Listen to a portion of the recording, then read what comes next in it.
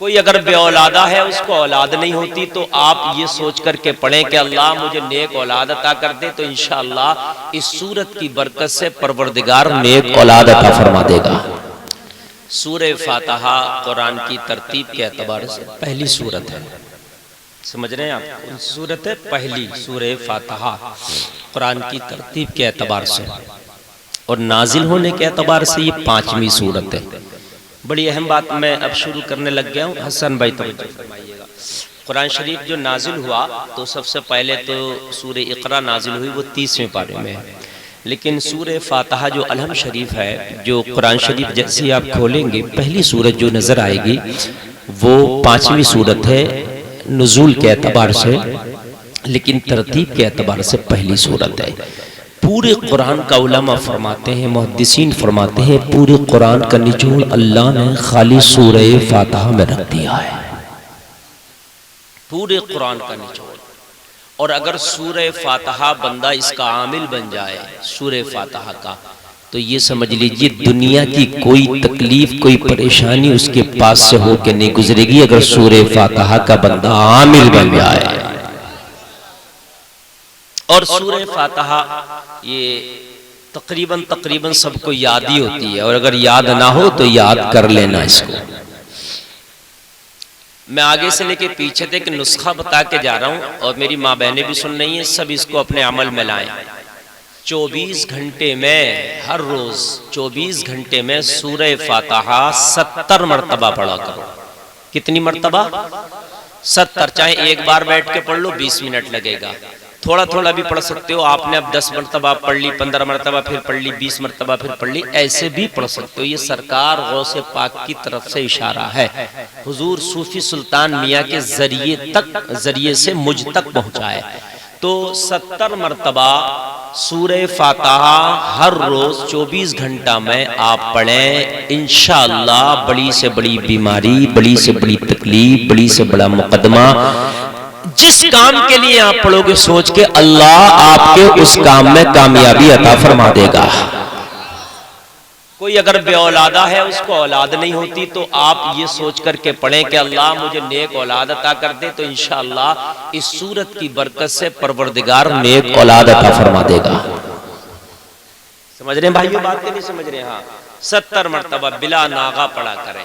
سرکار دو عالم صلی اللہ علیہ وسلم نے جب مکہ فتح کیا تھا تو جب تک فتح نہیں ہو گیا تھا میرے نبی کی زبان پہ اسی سورت کی تلاوت رہی تھی، اسی سورت کی تلاوت رہی تھی۔ جب فتح ہوا میرے نبی نے تب اس کی تلاوت کو بند کیا تھا۔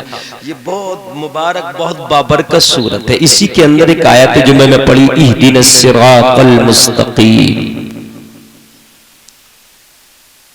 اللہ نے ہمیں یہ دعا سکھائی اور بتائی، اے بچوں اب بیٹے بات نہیں کرنا، اللہ نے یہ دعا ہمیں بتائی، یا اللہ ہمیں سیدھا راستہ چلا۔ اس کا ترجمہ یہ ہے، اہدنا الصراط المستقیم، یا اللہ ہمیں سیدھا راستہ چلا۔ لوگو اگر آپ نیک بھی ہو تب مت سوچ لینا، یہ گمان مت کر لینا میں تو یار بہت نیک ہوں، نہ، پھر یہی دعا کرنا، یا اللہ مجھے اور نیکیوں کی توفیق عطا فرما۔ جہاں جا کے یہ سوچ لیا تم نے کہ ہم تو نیک ہو گئے، بس وہی تکبر آ جائے گا اور یہی تباہ کر دے گا۔ ایسے ہی قرآن دیکھیے، غوث اعظم نماز پڑھتے تھے کہ نہیں پڑھتے تھے؟ بتائیے، مشورہ کر کے بتا دو اگر ایسے نہیں سمجھ میں آ رہی ہے تو۔ غوث اعظم تو ایسے پڑھتے تھے کہ عشاء کے وضو سے فجر کی پڑھتے تھے۔ بات سمجھ میں آ رہی ہے کہ نہیں آ رہی ہے؟ نماز کا معاملہ آتا تو میری قوم بڑی خاموش ہو جاتی ہے، بڑی چپ ہو جاتی ہے، جیسے کوئی چندہ مانگ لیا ہو۔ یار نماز کی بات آتی ہے تو دل کھول کے بولا کرو، لوگو نماز تم ہی تو پڑھو گے، کوئی رامتار تھوڑی پڑھے گا، اوم پرکاش تھوڑی پڑھے گا، تمہارے لیے نماز ہے، تمہیں پہ اللہ نے نماز فرض کی ہے۔ غوث اعظم نماز پڑھتے تھے، ولیوں کے سردار ہیں، غوث اعظم ہیں، لیکن پھر بھی ہر نماز میں کہہ رہے ہیں یا اللہ سیدھا راستہ چلا، یا اللہ سیدھا راستہ چلا۔ کیا غوث اعظم سیدھا راستہ نہیں چل رہے تھے؟ سیدھا راستہ چل رہے تھے، مگر اللہ یہ چاہتا ہے کہ سیدھا راستہ چلو، پھر بھی یہ مت سوچ لو کہ اب ہم مکمل ہو گئے، پھر بھی اللہ سے مانگتے رہو یا اللہ سیدھا راستہ چلا۔ بھائی سمجھ رہے ہیں کہ نہیں سمجھ رہے ہیں؟ شیطان نے یہی تو سمجھ لیا تھا میں بھائی اس وقت بہت افضل ہوں، کیا ہو گیا؟ مردود ہو گیا ہے نا؟ یہ مت سمجھ لینا کہ بس اب ہم مکمل ہو گئے. جس نے عالم مولانا بنا، ماسٹر ڈاکٹر کچھ بھی بنا، سوچ لیا بھئی بس میرا علم بہت ہو گیا، وہیں سے تکبر شروع ہو جائے گا. یہ سوچتے رہنا نہیں ابھی علم بھی کم ہے، ابھی عمل بھی کم ہے، یا اللہ اور سیدھا راستہ چلا، یا اللہ اور سیدھا راستہ چلا، تو انشاءاللہ تکبر نہیں آئے گا، انشاءاللہ تکبر نہیں آئے گا. اور جب یہ کرتے رہے تو پھر تمہارا ایک ڈگری ملے گی تمہیں. جب آپ یہ دعا کرتے رہے تو اللہ کی طرف سے ایک انعام ملے گا آپ کو، اور جب یہ دعا کرتے رہے تو اللہ کی طرف سے آپ کو ایک سند ملے گی. معلوم ہے وہ سند کیا ہوگی؟ وہ سند ہوگی اللہ کی دوستی کی سند. اللہ آپ کو اپنا دوست بنا لے گا. کیا بنا لے گا؟ زور سے بولو کیا بنا لے گا؟ اور لوگوں کان کھول کے سنو، اگر کسی کو منتری دوست بنا لے تو آدمی پھولے نہیں سماتا ہے، کسی کو مالدار دوست بنا لے آدمی پھولے نہیں سماتا ہے، کسی کو کوئی پد والا دوست بنا لے آدمی پھولے نہیں سماتا ہے. یار جسے دنیا دار دوست بنا لے وہ پھولے نہیں سماتا ہے، اور جسے پروردگار دوست بنا لے اس کا عالم کیا ہوگا؟ ہے بھائی، جسے پروردگار دوست بنا لے اس کا عالم کیا ہوگا؟ مجھے بتائیے ذرا. اللہ تمہیں دوست بنا لے گا، مگر ہمیں تو اللہ کی دوستی کی چاہت ہی نہیں رہ گئی. ہمیں تو چاہت ہے دنیا کی دوستی کی، مال کی دوستی کی، لوگوں کی دوستی کی. لوگوں کان کھول کے سنو، اللہ والوں کو چاہت تھی اللہ کی دوستی کی، اور جب اللہ کی دوستی انہیں ملی تو خدا کی قسم دنیا ان کی چوکھٹ پہ آ کے پڑ گئی. وہ کسی کی چوکھٹ پہ نہیں گئے، دنیا ان کی چوکھٹ پہ پڑی.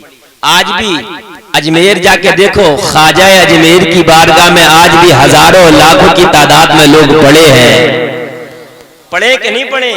میں نے پوچھا ہے اجمیر میں آنے والوں، خواجہ اجمیر کو دنیا سے تشریف لے گئے، سینکڑوں برس کا زمانہ ہو گیا، کیا لینے آئے ہو؟ جواب دیں گے مولانا یہ اللہ کا دوست ہے، اللہ کا دوست ہے، اللہ کے خزانے اس کی بارگاہ سے حاصل کرنے آئے ہیں. سبحان اللہ. کبھی کبھی ایک بات بتاؤں، دوست کا مال دوست سے لیے جاتا ہے. حسان بھائی میرے قریبی دوست ہو جائیں تو آپ کو میری تاریخ چاہیے ہوگی تو آپ ان سے بات کریں گے. یار مفتی صاحب سے بات کری تو منع کر دیا تاریخ کے لیے. حسان بھائی تمہاری دوستی ذرا قریبی ہے، بات کر کے دیکھو. یار بولو نا سبحان اللہ. تو آپ کو جب ادھر سے راستہ ملے گا تاریخ مل سکتی ہے. میدان محشر ہوگا، نفسی نفسی کا عالم ہوگا، لوگوں گناہ تو اتنے ہوں گے کہ گناہ کی وجہ سے رب منع فرما دے گا تیرے اعمال اس قابل نہیں ہے کہ تجھے جنت دے دی جائے. تو پھر اللہ کے دوستوں سے رابطہ اگر مضبوط ہوگا، خواجہ اجمیر کی بارگاہ میں جائے گا، مجھے تو منع کر دیا گیا، آپ کی دوستی بہتر ہے، جنت دلا دو. اگر رب سے یہ سفارش کر دیں گے تیرے گناہ ایک طرف ہے مگر جنت کا حقدار ہو جائے گا.